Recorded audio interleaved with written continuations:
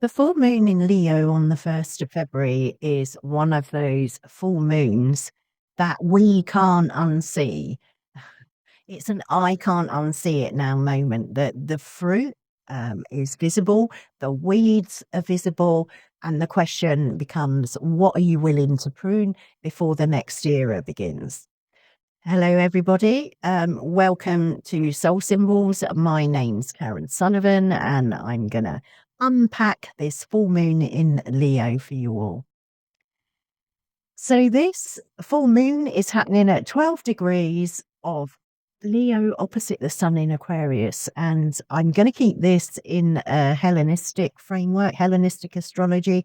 So we're going to look at the luminaries first, and then the Aquarius co-presence, the stellium.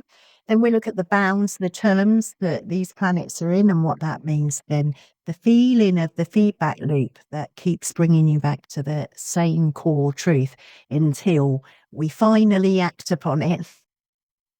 And I'll weave this through. The fruit of 3 cycles is the culmination of 3 separate lunation cycles. And it's the most alive way to approach full moon. Yeah, it's a harvest. We're looking at a harvest. This is what we are tracking. I'm going to get the chart up here.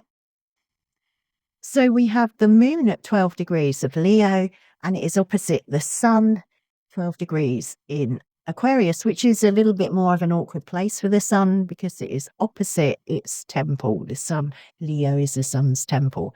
And co-present here with the sun in Aquarius is Mars at 7 degrees, Venus here at 19, and Mercury at 20, and it's just separated from its conjunction with Venus. The backdrop we have here is Saturn at 28 degrees of Pisces. And this is important because it is the ruler of Aquarius, where this stellium is. And in Pisces, the ruler of that is Jupiter at 17 degrees of Cancer, and that is exalted and in retrograde here. We also have the nodes, North Node in Pisces, South Node in Virgo. So we've got a bright, theatrical, heart-forward full moon facing a very busy Aquarius sky.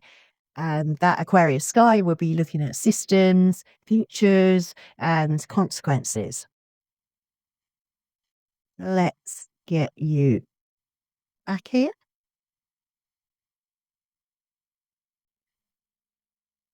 So this Leo Aquarius is one of the clearest axes for a full moon. Leo is the heart, the sovereign, creative life force, its pride, it's love, and it's the desire. We get a desire here to be seen as we truly are. And it's also that part of us that wants to live a full life that's actually feeling like ours, okay? So Aquarius is that collective mind, almost look at it like the hive mind.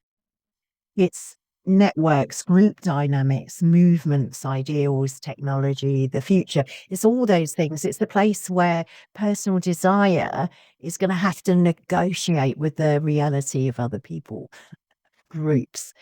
We are individuals in a collective. Okay, so this full moon often arrives feels like a confrontation between what our heart is needing and what the group or the plan or the future is requiring from us.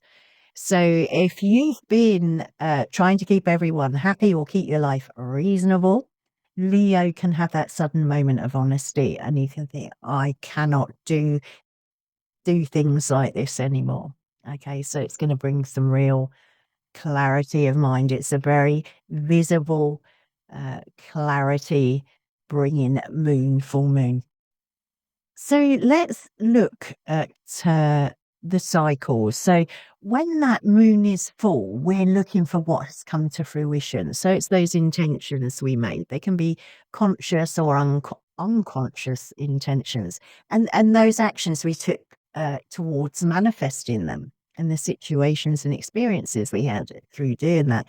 So the full moon is like the garden in spring blooming, or the fruit in summer coming after all the hard work and nurturing of the seeds and bulbs you put in the ground. But there's also weeds. We all know when we go out in spring, there's so many weeds. Um, and with this Leo full moon, we're tracking 3 seeding points. So we're getting the fruit, we're getting the bumper bounty, although they probably all dive into one another. I'll put a little thing up here so you can see the dates. So we've got that long seed. So this is from the Lunar Shadow book by Dietrich Hessin, I think that's how you pronounce it, which is about 9-month cycles between each phase of the moon. So that started at the new moon, 12 degrees Leo, August the 4th, 2024. And I believe it will culminate in the last quarter in November 2026. So, and then we got this medium seed. So we had a new moon in Leo 6 months ago, July 2024. We would have made more intentions there. And then we've got this short seed planted 2 weeks ago, January 18th, 2026, of which this full moon is the culmination. It is the fruit of that season. Let's get that down. You know, the fruit, whatever is coming out in clarity, is it's not random. It's what we planted. It grew from something. So what we're going to do, if you've copied and pasted that, I'll stick it back up for a minute again. That's it. Give it a little copy and paste. Okay. So we're gonna have a look. So that first seed of August the 4th, 2024, the new moon at 12 degrees Leo. What was being born in your identity or your courage, your visibility, your leadership? What did you privately decide you wanted to become at that time? Then the second seed, July the 24th, 2025, the new moon in Leo, 6 months ago. Where did you want more joy or romance or creativity, or you wanted to have more of your own self-expression? And where did you feel the urge to stop hiding? What part of life was that? Work, home? Where did you have that urge to stop hiding? Then our third seed in January the 18th, the Capricorn new moon. So this one's a bit more practical, and it's about commitment. So the Capricorn seeds are fruited into structures, boundaries, responsibility and strategy. So what you're building this year, that's how the fruit. So we're looking at the actual architecture of what you're building. So what did you decide you were taking seriously back then 2 weeks ago? And what did you decide you're done tolerating? These are good questions to ask. Now bring yourself back to the full moon in Leo. What fruit's visible? What results from your intentions are showing? And where are the weeds? Yeah. So the weeds that overgrew, while you're busy tending everything else. There's always weeds, there's always flowers and weeds. Okay. You find the most beautiful poppies amongst the weeds. This full moon is really important, and it is very important because it is in a charged corridor of time. So the Capricorn new moon was a threshold point. I'll put the video up there. I've done a video on, I called it the threshold moon. And that's because it's followed closely by the Aquarius solar eclipse on February the 17th, and then days later on the 20th, Saturn makes that exact conjunction with Neptune at 0 degrees, 44 minutes of Aries. So it's a rare history turning signature. It's endings and beginnings that are braided together. I'll put the video out there of the Neptune moving into Aries. Okay, so this Leo full moon is like a real illumination. It's like a lantern in a dark corridor. Okay. It's like a massive wall light's being turned on in that corridor. So it's not just about what's happening. It's the emphasis is on what is real. That is what's being needed. And that's because it's Leo. So that clarity is personal. It's about your life force and your dignity and your creativity and relational truth. So your right to exist without performing for approval. That's what we're looking at here. So with Hellenistic astrology, the luminaries are, the dance of the luminaries, the sun and the moon, are the spine of the whole system. Okay. So that moon at 12 degrees Leo in the sun sign is visibility, culmination. It's about emotional truth that wants to be witnessed, really. And the moon in Leo can be proud, radiant, brave, but there's still that beautiful tenderness there. It can reveal where you've been starving for affirmation as well. And that sun at 12 degrees in Aquarius, it's like an opposing agenda. The sun in Aquarius is Saturn's temple. So the solar authority expresses through those Aquarian themes, Saturnian themes. So it's principles, systems, networks, the future, the group. So that tension is about the heart wanting something now in the future, kind of asking you to reflect, can you stand by that choice later on down the line? And a small but useful nuance, even if the sun is in an awkward sign for solar power, it still has a real stake in the fire sign because it's a triplicity ruler. So the full moon is not about having an irrational heart here. The heart's trying to go for coherence. It's a coherence that the moon is looking for here. Okay. Um, So in Aquarius, there's co-presence. The sun's not alone. Okay. Um, so they're sharing, all these planets are sharing the same sign. It's like sharing the same room. They influence the atmosphere and energy of the room. It's like a group of different people with different effects being in a room. The whole energy changes. Okay. So the sun in Aquarius is co-present with Mars, Venus, and Mercury, not to mention Pluto, who they've all transited through, which makes it even more interesting. So it means that the Aquarius sign, it isn't calm, it's active, it's like buzzing with conversations, it's negotiating, provoking, and messaging and choosing. So Sun and Mars in Aquarius, with that Mars at 7 degrees, this is willpower in the realm of systems. So that can look like activism, courage, decisive separation, a sharp cutting away. It can also look like I'm done. I'm just so done. And that doesn't always come gently, okay?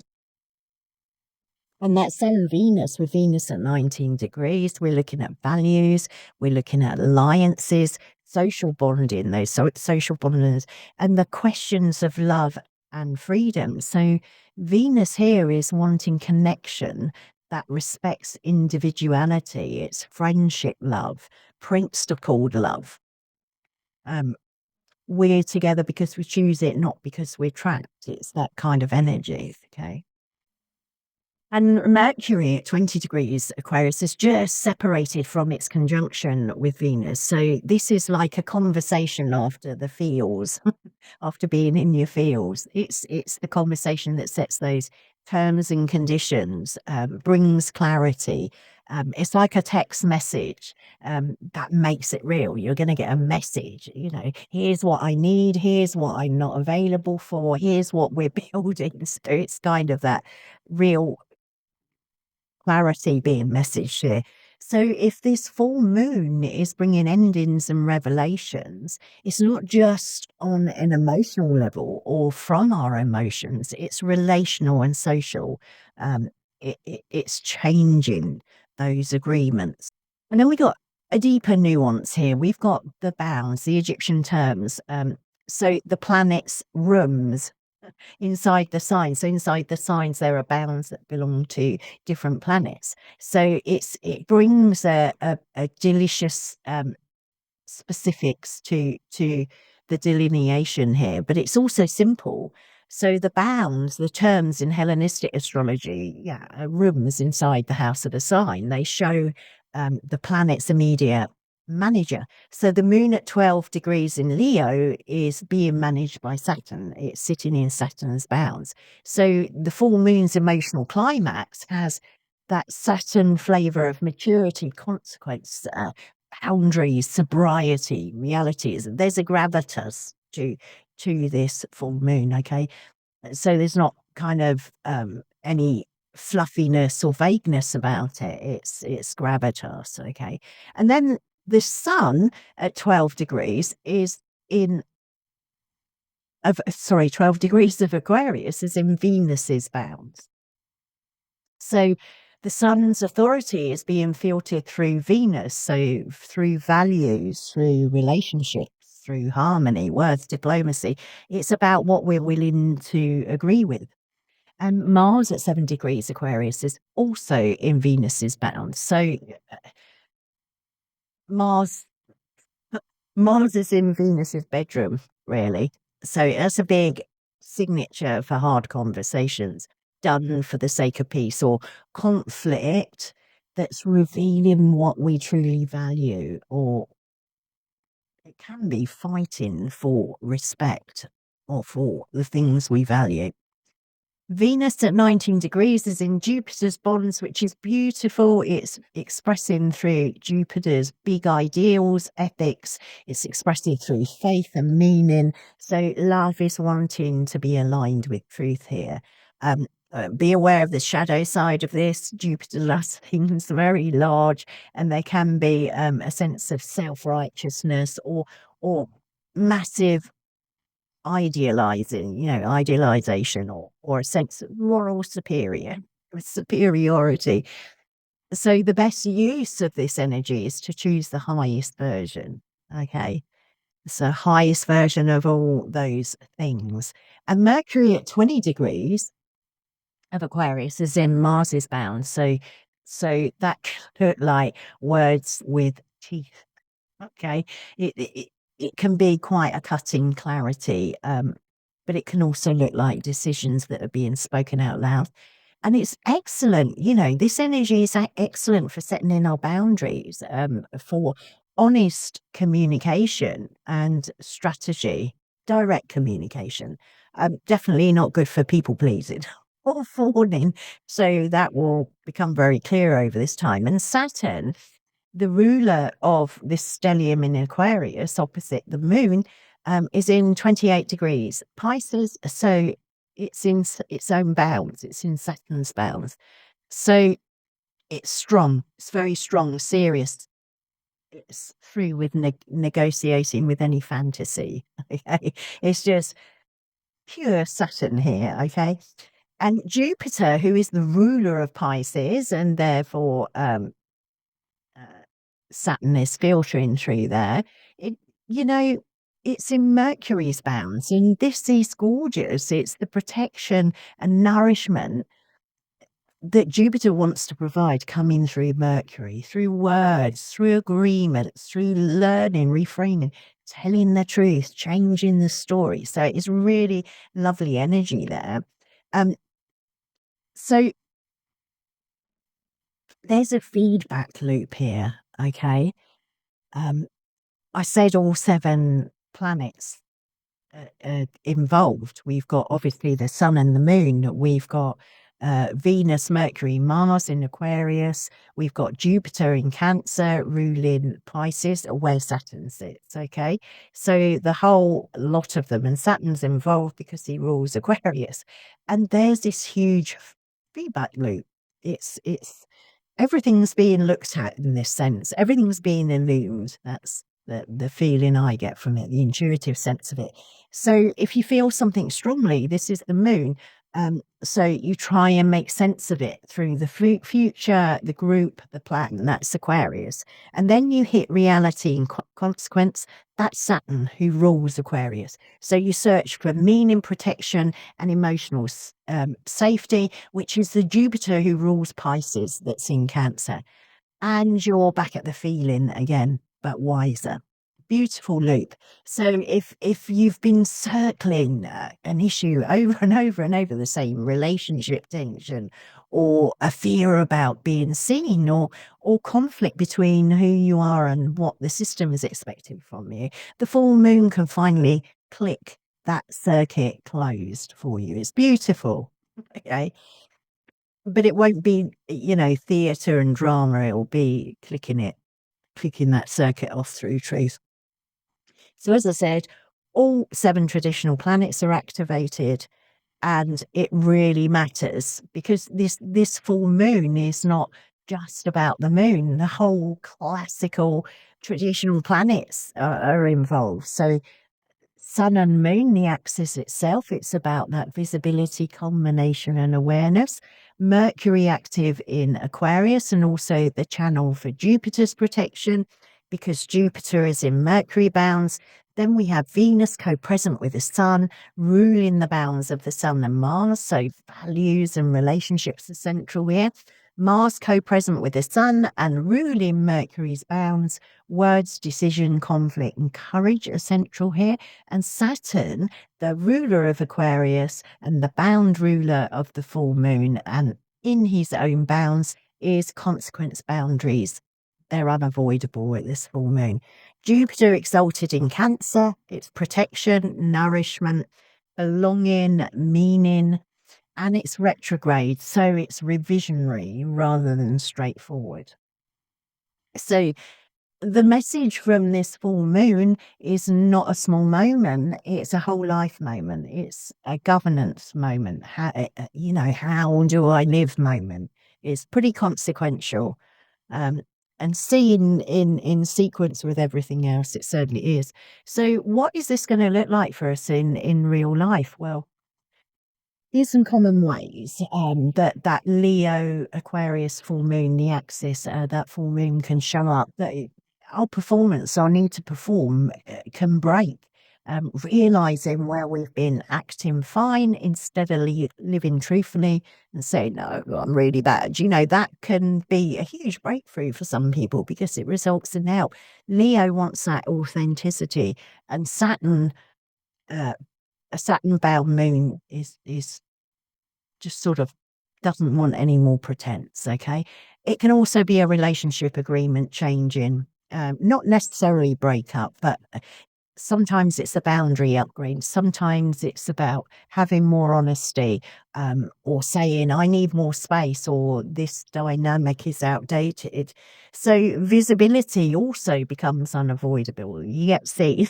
And our leaders will get seen at this time, okay, especially because it's Leo. There's a visibility going to be on those leaders. All right.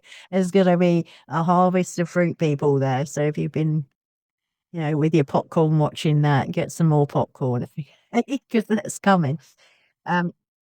You're seen, your work is seen. Oh, how so many of us want that. We want to be seen. We want our work to be seen.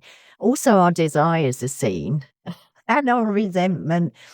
So the Leo full moons can make that hidden pride and hidden shame surface. So it can be a bit gnarly sometimes. There can be a shift in your community role, whatever that is. Aquarius can show you where you've outgrown a group or where you're finally ready to join the right group. Sometimes it's leaving and sometimes that's committing. And the last thing here is a truth may get said out loud. So Mercury in Mars bounds is about those words finally arriving, clean, sharp, cutting, maybe final. So watch the leadership spaces, or I could say. So the Pisces and Virgo lunar knows. We're looking at releasing, what to lean into. So the North Node is in Pisces and the South Node is in Virgo. So it's like a karmic sieve here. So release Virgo excesses here, overthinking, perfectionism, self-criticism, compulsive fixing. If I just do it better, I'll be safe, that kind of energy. And lean in to Pisces evolution. So trust in process. I know it's very cliche. I trust the process, but so true. And we can do this. That North Node is in Pisces. It's surrender, and it can be about that intuition and bigger pattern, compassion, but compassion with boundaries in, because Saturn's in Pisces. Okay. And it's important. The Pisces North Node isn't about drift with Saturn in Pisces. It's about stop micromanaging your life and start living by what you know is sacred. That's the kind of feel of that. And the waning moon, we go from this full moon and we go into waning. So we're talking prune and compost. So it's releasing, pruning season. So maybe a practice, okay? I like to say about the practices, but name the fruit, okay? What's working? Where's the evidence of growth? What are you proud of? Then name the weeds. What's stealing your vitality? What pattern keeps choking the good? Okay. Then compost. Just say, this taught me, put your answer in there. Compost, not shame, it's alchemy. We're refeeding our soul with this, okay? And then step 4, make a Saturn vow, okay? I keep saying it, one boundary, one structure, one commitment that's going to protect your heart, okay? And remember, the moon is in Saturn's bounds. This full moon wants you to mature your emotional life. So the heart becomes a place where you can actually live from. So a reflection. Take a breath. Bring your mind to August 2024. What were you becoming? What did you want to dare doing? Okay. Bring your mind to July 2025. Where was it you wanted more joy? And where did you stop hiding? Then think of January 2026. What did you commit to building?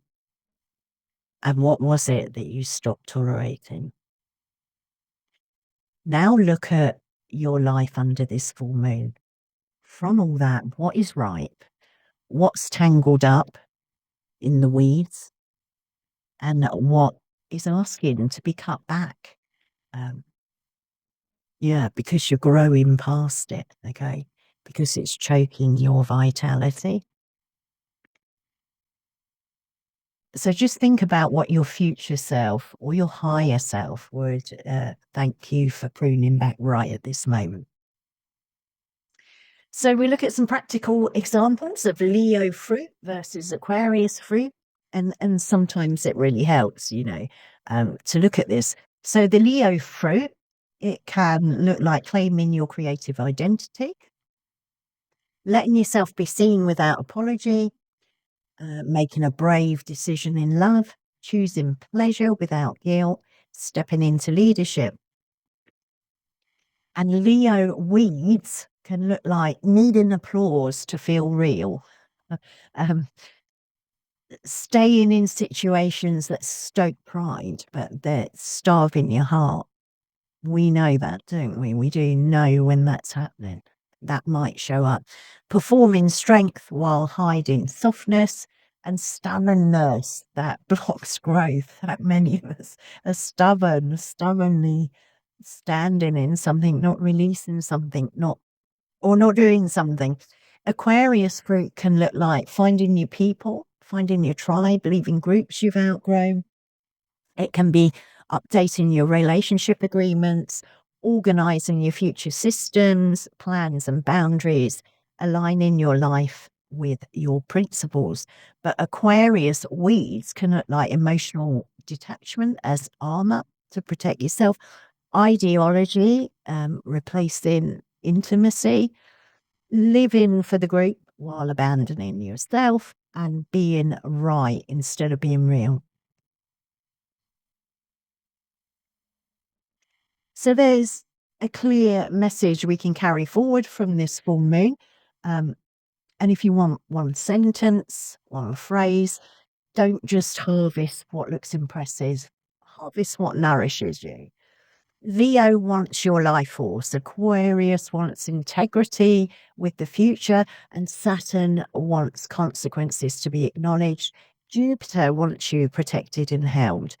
This is the full moon where you can stop pretending you don't know. Okay. So that's the full moon in Leo, fruit, weeds, clarity, and the pruning season that follows. If you want, drop a comment with one fruit you're proud of, one weed you're ready to compost, and tell me which seed point feels the most alive for you, that August 2024, the July 2025, or the January 2026. And if this landed, like, subscribe, and share it with someone who's in there. I can't unsee it now. Era. What I'm going to do now is I'm going to go through each sign with a 2 minute, 3 minute look into your sign. So if you know your rising sign, use that. If you don't, you can listen for your sun sign, but it's like a second best. But the rising sign will land more accurately for the themes and topics of the houses. This full moon lights up the house where you have Leo. The Sun and the Aquarius cluster light up the opposite houses where you have your Aquarius. So it's the axis, a two-house story. One side is the Leo heart visibility, and the other is the Aquarius systems, agreements, and future. Wherever Leo falls, that's what's going to become visible and ripe. And wherever Aquarius is falling, that's where the plans, the agreements, and the futures is going to need updating. So the fruit will show you what's working, and the weeds will show you what to prune. Okay, I'll see you there. Hello, Aries. So Leo is in your 5th house and Aquarius is in your 11th. So we're talking about 5th house, creativity, romance, joy, children, and that courage to be seen. And it's sitting opposite Aquarius. So we're looking there at community, friends, networks, and your place in a group. So creativity and pleasure are culminating while your friendships, networks, and long-term goals demand an update. There may be a passion that wants to bloom, and you may be questioning whether your current circle supports that or subtly boxing it in. So it could look like you finally publish or perform or share a creative project that you've been working on, and then realize your audience or community needs to change. This could be online, it could be face to face. Or if we're thinking of romance, it could be a turning point because your social life, friend group, or future plans are not matching. And then there may be a situation with children, dating, or joy that is highlighting where you've been over committed to a group obligation. So that's what I have for you, Aries. See you in the next one. Hello, Taurus. So Leo, where the full moon is in your 4th house, and Aquarius is in your 10th. So it's on the angles in your natal chart. So the impact may be felt strongly, particularly if you have planets in those houses. So we're looking at things like home, family, inner foundations, and emotional security, which are being illumined in that 4th house. And opposite in your 10th, we're looking at your public life, career, reputation, authority, and your public direction. So it's the private home and the public face where the tension is. There may be something private ripening that would change how you show up publicly. So the question maybe is, what needs to be true at home for your public life to work? So that home and inner foundations illuminated, opposite career, reputation, and public direction. This may look like a career opportunity that's forcing a home decision, a move or renovation, or a change in living arrangements, redefining what you call your base. Or it could be a public role that becomes more visible. You're going to shine brighter and you can't keep sacrificing private needs to maintain that. And then we could look at a family sort story surfacing and changing how you want to be seen professionally. So that's what I have for you, Taurus. I'll see you in the next one. Bye-bye. Hello, Gemini. So you have Leo in your 3rd house and Aquarius in your 9th. So we're looking at your voice, communication, siblings and neighbours, and that daily mindset culminating in Leo, being illumined. And that will be opposite Aquarius in your 9th, which deals with themes of beliefs, education, travelling, and that big picture meaning. So it feels as though a truth wants to be spoken out, communicated, but a sense of it needing to align with what you actually believe. So you watch out for confusion here, a mismatch, a misalignment there. So it could be something you say out loud or post online that changes your direction, and then that sense of having to live by it. So that's why we need to be aligned with what we communicate outwardly. We need to be aligned inwardly that way. It could be a course, a qualification, a publishing plan, or even your life philosophy decisions that affects your everyday routines and relationships. Or you could be looking at conversations with siblings, peers, neighbours that reveal a belief gap. So what you think you believe versus how you actually operate.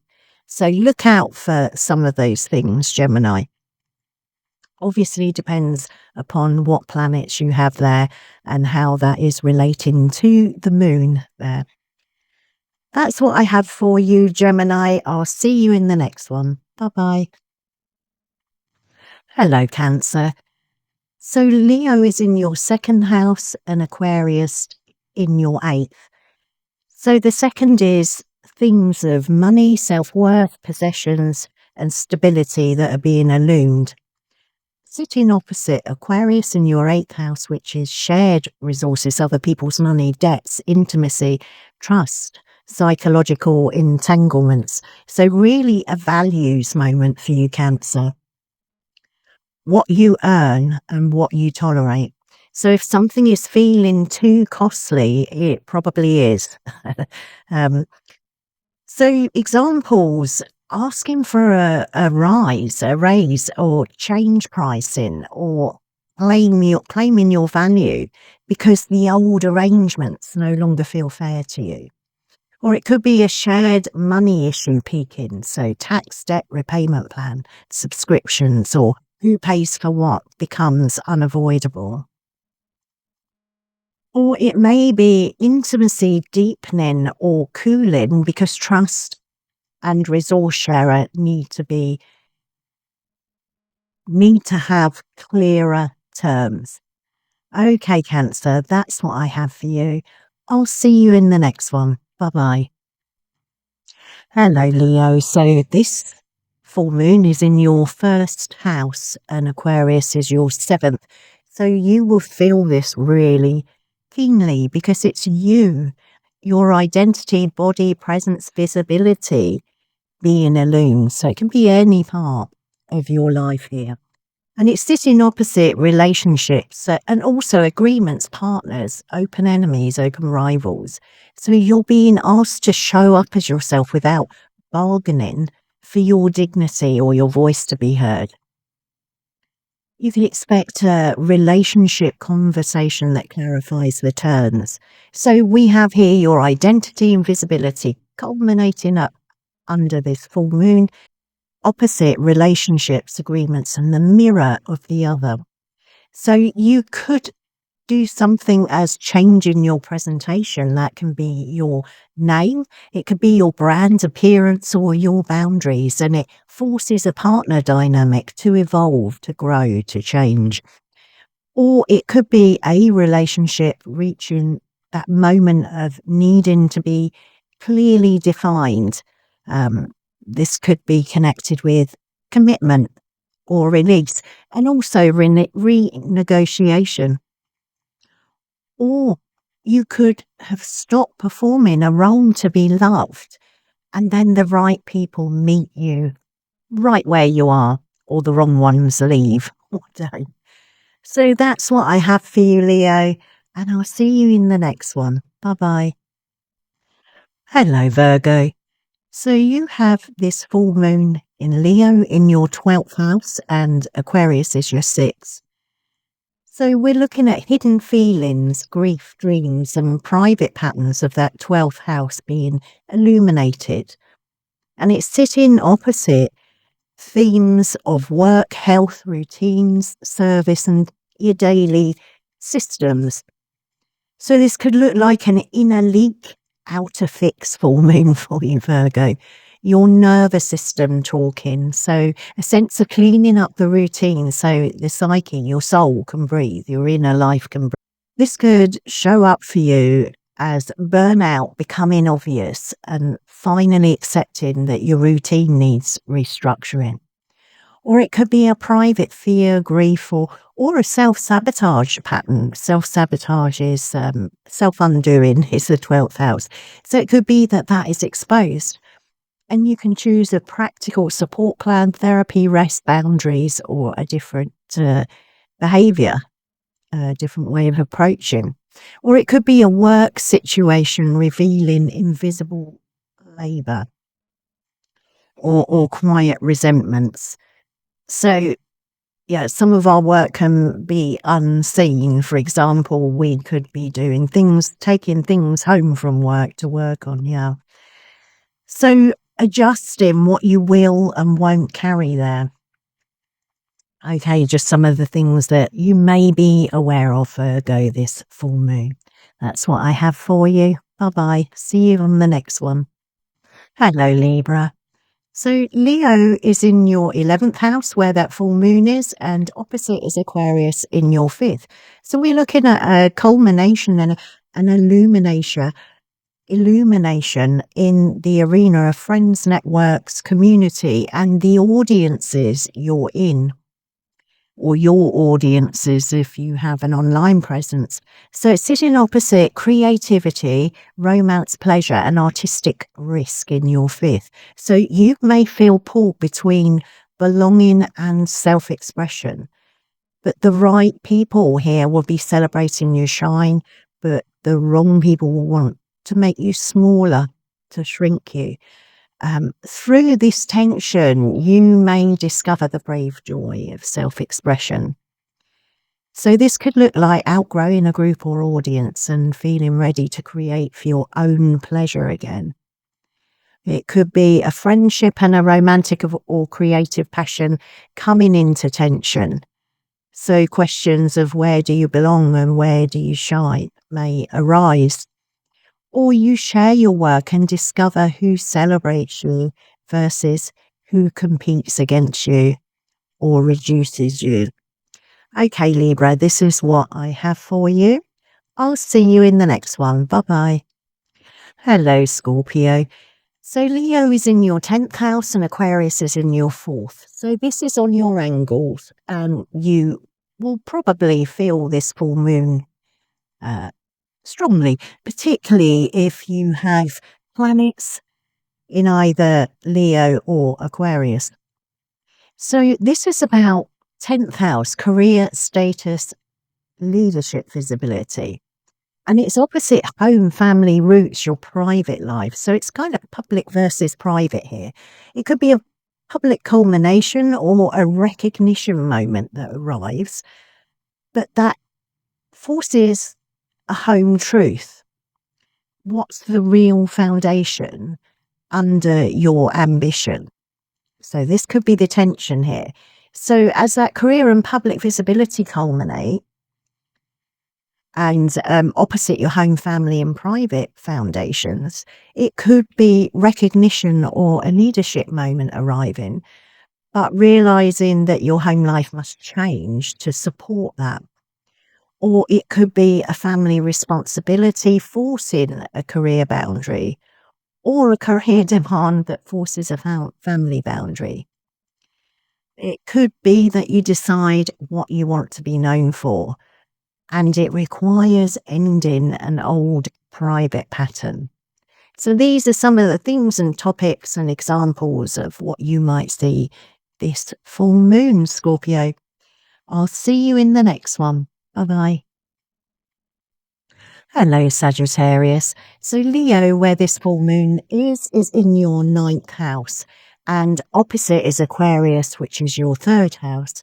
So we're talking about meaning, travel, study, teaching, spiritual framework, sitting opposite your 3rd house of voice, local life, communication. So this is a sense of saying what you believe and living what you teach. So a new worldview may want to become a daily practice rather than just an idea. So that tension between your 9th house beliefs, meaning and education, and your immediate environment may look like committing to a new study path or teaching role, but then needing to organise your schedule and mindset day to day. Or it could come as a truth that you've been living privately, and it becomes something you speak about publicly, or you write or publish or share. Or it could be travel and legal paperwork, or a big plan logistics peak, and that forcing you to simplify your everyday systems. This is what I have for you, Sagittarius. I'll see you in the next one. Bye-bye. Hello, Capricorn. So Leo is in your 8th house and Aquarius is in your 2nd. So we're talking about shared money, debts, intimacy, power dynamics. Your 8th house and your 2nd is sitting opposite, and that's income, self-worth and security. So this full moon can reveal where you're overinvested or you're overly entangled in something or under protected. It's that boundary and value upgrade for you.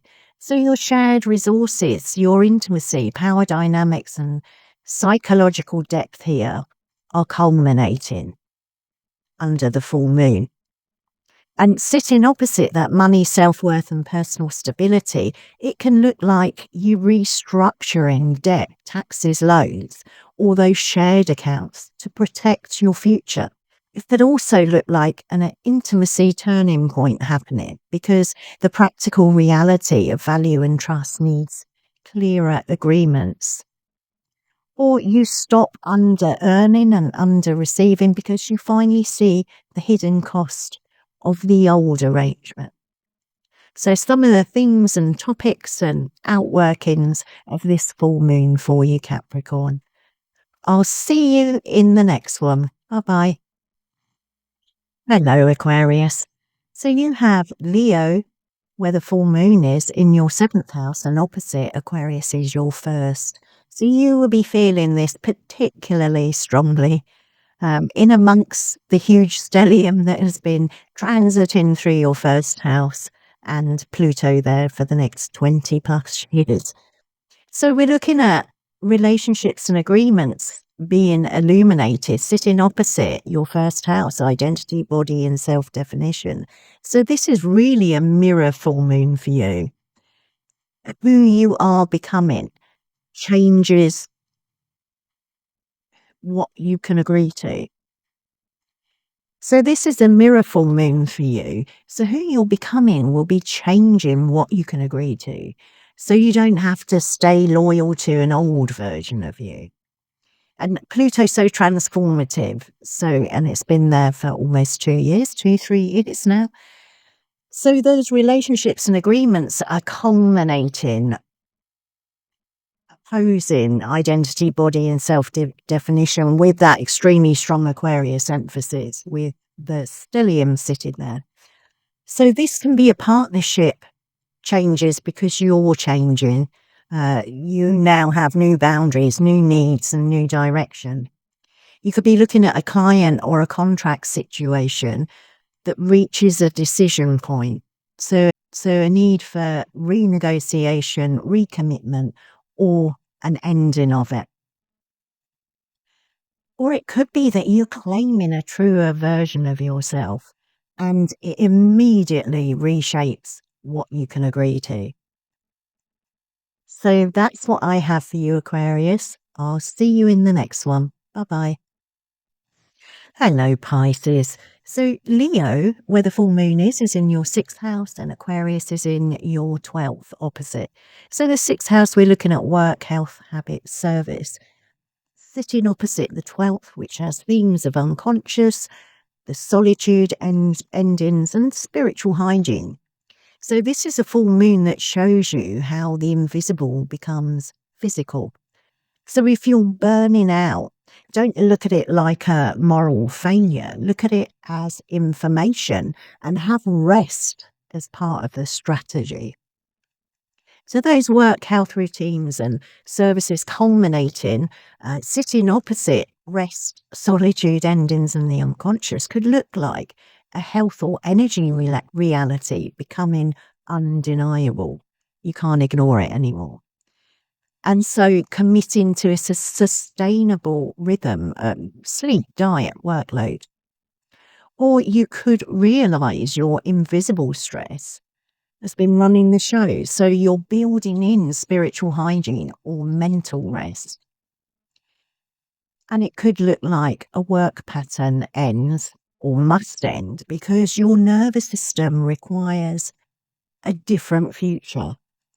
So that's what I have for you, Pisces. I shall see you in the next one. Bye bye.